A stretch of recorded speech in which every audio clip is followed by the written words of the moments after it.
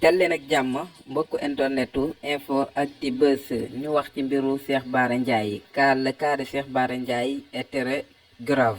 maanaam moom kii di Cheikh Bara Ndiaye nekk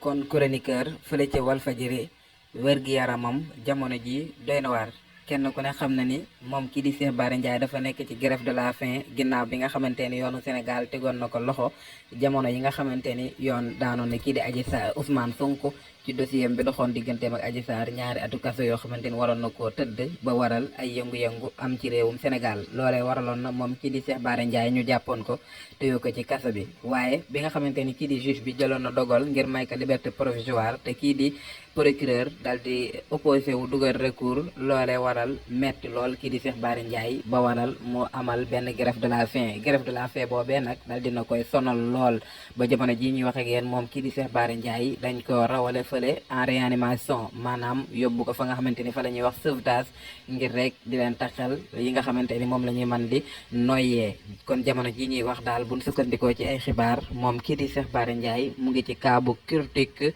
ginnaaw ba nga xamante ni mu ngi amal loolee ñuy wax grève de la faim muy grève xiifal bañ a lekk bañ a naan ngir rek am naqar boo xamante ni ñàkk d'accord ci ni nga xamante ni la yoonu Sénégal di doxe ak téye bi nga xamante ni moom lañ ko téye kon daal moom Cheikh Bara Ndiaye mu ngi ci cas bu critique info Actubuzz di ko ñaanal yal na yàlla saafara ko teggil ko yooyale jafe-jafe ak képp ku mel ni moom